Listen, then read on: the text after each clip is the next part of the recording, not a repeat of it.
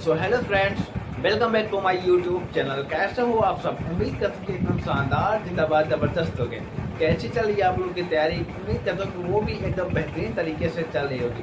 दोस्तों, वैसे आपको जो ये कुछ अलग अलग की आवाज़ सुनाई दे रही होगी, ये जो है फ़ैन की आवाज़, क्योंकि गर्मी बहुत ज़्यादा पड़ रही है और एक कमरे में बिना फ़ैन के वीडियो बनाना बहुत ही टफ हो जाता है, क्योंकि गर्मी पसीना पसीना हो जाता है। इसलिए हमने फ़ैन चला रखा है और आपको कैमरा थोड़ा हिलता हुआ भी दिख रहा होगा, जो फैन की वजह से हिल रहा है, तो आप लोग थोड़ा एडजस्ट कर लेना।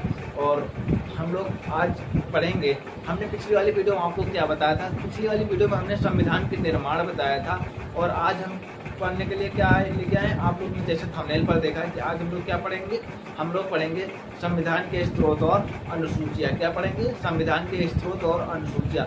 तो वीडियो शुरू करने से पहले मैं आप सब लोगों से बता दूं कि यदि आप लोग हमारी वीडियो को लाइक कर दीजिए, चैनल को सब्सक्राइब कर दीजिए और अधिक से अधिक अपने दोस्तों को शेयर कीजिए, जिससे वो अधिक मात्रा में हमसे जुड़ पाएँ।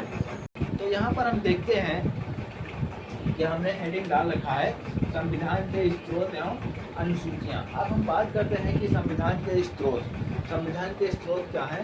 तो संविधान के स्रोत में हम देखेंगे कि परामर्श समिति ने 60 देशों की सूची बनाई और उसमें से उसके संविधान को पढ़ा, यानी कि 60 देशों के संविधान, 60 देशों की सूची बनाई और उनके संविधान को पढ़ा।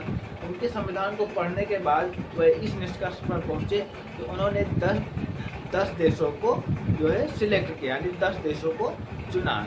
उनमें से 10 देशों के संविधान को चुना। तो वे 10 देश कौन से थे?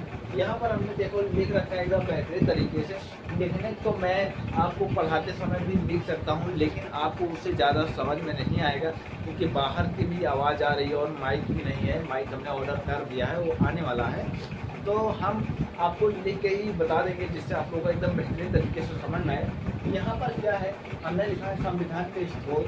तो संविधान के स्रोत में क्या है कि प्रारूप समिति ने जो है 60 देशों की सूची बनाई और उसको पढ़ा। पढ़ने के बाद जिसमें से 10 देशों के संविधान को चुना गया। 10 देश कौन से थे वो? तो वो 10 देश थे, यूएसए था, ऑस्ट्रेलिया, जापान, रूस, कनाडा, आयरलैंड, ब्रिटेन, जर्मनी, दक्षिण अफ्रीका और फ्रांस, यानी इन 10 देशों को चुना गया। इन 10 देशों से कुछ न कुछ लिया गया, जैसे कि यूएसए से क्या लिया गया, आयरलैंड से क्या लिया गया, जर्मनी से क्या लिया गया, फ्रांस से क्या लिया गया, यानी कि इन 10 देशों से कुछ न कुछ लिया गया। तो अब हम यहाँ पर बात करते हैं कि नोट में डाल के लिख देंगे कि भारतीय संविधान को अर्धसंघात्मक किसने कहा था, यानी कि भारतीय संविधान जो है अर्धसंघात्मक है, यह किसने कहा था? तो यह कहा था केसी व्हीलर ने। किसने कहा था? केसी व्हीलर ने कहा था कि भारतीय संविधान जो है अर्धसंघात्मक है।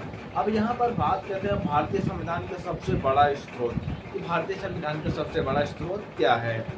तो अब हम यहाँ पर बात करते हैं कि संविधान के जो भारतीय संविधान है उसका सबसे बड़ा स्रोत क्या है। यहाँ पर हम देखेंगे संविधान का सबसे बड़ा स्रोत, तो भारत शासन अधिनियम सन 1935 के तहत इसमें कितने आर्टिकल जोड़े गए? भारत शासन अधिनियम सन 1935 के तहत इसमें 250 आर्टिकल जोड़े गए। कितने आर्टिकल? 250 आर्टिकल जोड़े गए। अब यहाँ पर देखते हैं भारत शासन अधिनियम सन 1935 में क्या क्या जोड़ा गया।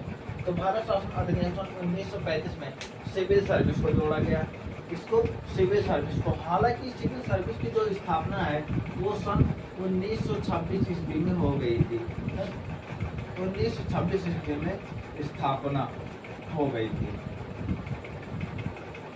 सन 1926 में इसकी स्थापना हो गई थी। अब यहाँ पर देखते हैं कि और क्या क्या जोड़ा गया इसमें। तो संघीय व्यवस्था को इसमें जोड़ा गया, राज्यपाल का पद इसमें है, न्यायपालिका का ढांचा है और प्रशासनिक व्यवस्था। क्या क्या है इसमें?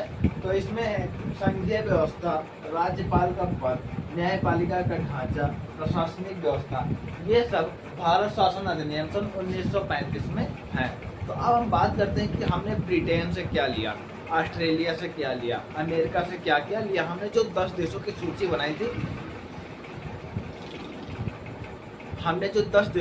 बनाई थी, उनमें से हमने क्या क्या लिया। अब यहाँ पर हम देखते हैं कि हमने ब्रिटेन से क्या क्या लिया और आयरलैंड से क्या क्या लिया। तो ब्रिटेन से हमने लिया है, ब्रिटेन के संविधान से हमने क्या क्या लिया है? तो ब्रिटेन के संविधान से हमने लिया है एकल नागरिकता। क्या लिया है? एकल नागरिकता लिया है, संघीय व्यवस्था लिया है, द्विसदनीय व्यवस्था लिया है, विधि का शासन लिया है, एकल न्यायिक प्रणाली लिया है, अग्रता ही विजेता। यानी अग्रता ही विजेता का क्या मतलब है कि जब इलेक्शन होता है जिसमें जो सबसे ज़्यादा वोट पाता है वही विजेता घोषित माना जाता है। यहाँ पर यही लिखा गया कि अग्रता ही विजेता, यह भी ब्रिटेन से ही लिया गया है। राष्ट्रपति की औपचारिक प्रधानता, ये भी ब्रिटेन से लिया गया है। लोकसभा के प्रति सामूहिक मंत्रिपरिषद की बैठक, ये भी जो है कहाँ से लिया गया है? ये ब्रिटेन से लिया गया है। तो हम एक बार और फिर से बता दे रहे हैं कि क्या क्या लिया गया है ब्रिटेन से। तो ब्रिटेन से लिया गया है एकल नागरिकता लिया गया है, संघीय व्यवस्था लिया गया है, द्विसदनीय व्यवस्था लिया गया है, अग्रता ही विजेता लिया गया है, एकल न्यायिक प्रणाली लिया गया है, राष्ट्रपति का निर्वाचन, राष्ट्रपति की औपचारिक प्रधानता लिया गया है, दायित्व को लिया गया है। और यहाँ पर हम देखते हैं कि आयरलैंड से क्या क्या लिया गया है। तो आयरलैंड से हमने राज्य के नीति निर्देशक तत्व को लिया है, यानी कि राज्य के जो नीति निर्देशक तत्व हैं हमने आयरलैंड से लिया है। और क्या लिया है आयरलैंड से? तो राज्यसभा में 12 सदस्यों का मनोनयन लिया। क्या लिया है? राज्यसभा में 12 सदस्यों का मनोनयन लिया है। और उसके बाद राष्ट्रपति का निर्वाचन मंडल भी हमने जो है निर्वाचन मंडल एवं निर्वाचन पद्धति जो है आयरलैंड से लिया है। क्या क्या लिया है? राष्ट्रपति का निर्वाचन मंडल एवं निर्वाचन पद्धति को लिया है, राज्य के नीति निर्देशक तत्व को लिया है और राज्यसभा में 12 सदस्यों का मनोनयन लिया है। तो उम्मीद करता हूँ कि आप लोगों को एकदम बेहतरीन तरीके से समझ में आ गया होगा। तो इसकी जो नेक्स्ट वीडियो है पार्ट 2, मैं इसकी जो नेक्स्ट वीडियो है पार्ट 2 बना के डाल दूँगा। ये वीडियो नहीं तो काफ़ी ज़्यादा लंबी हो जाएगी और आप लोगों को ज़्यादा बोरिंग भी लगेगी। तो मैं इसकी नेक्स्ट वीडियो जो है पार्ट 2 बनाकर डाल दूँगा। तो आप लोगों को पार्ट 2 को ज़रूर देखना और हो सके तो वीडियो को लाइक कर देना। यदि आप हमारे चैनल पर नए हैं चैनल को सब्सक्राइब भी कर लेना, इससे जो हमें मोटिवेशन मिलेगा। और जितना हो सके अधिक से अधिक हमारी वीडियो को शेयर कीजिए, जिससे कि जो और भी बच्चे हैं हमसे जुड़ पाएँ और मैं आप लोगों के लिए ऐसे कंटेंट जो है प्रोवाइड कराता रहूँ। तो चलिए मिलते हैं हम नेक्स्ट वीडियो में पार्ट 2 में। तब तक के लिए जय हिंद, जय भारत।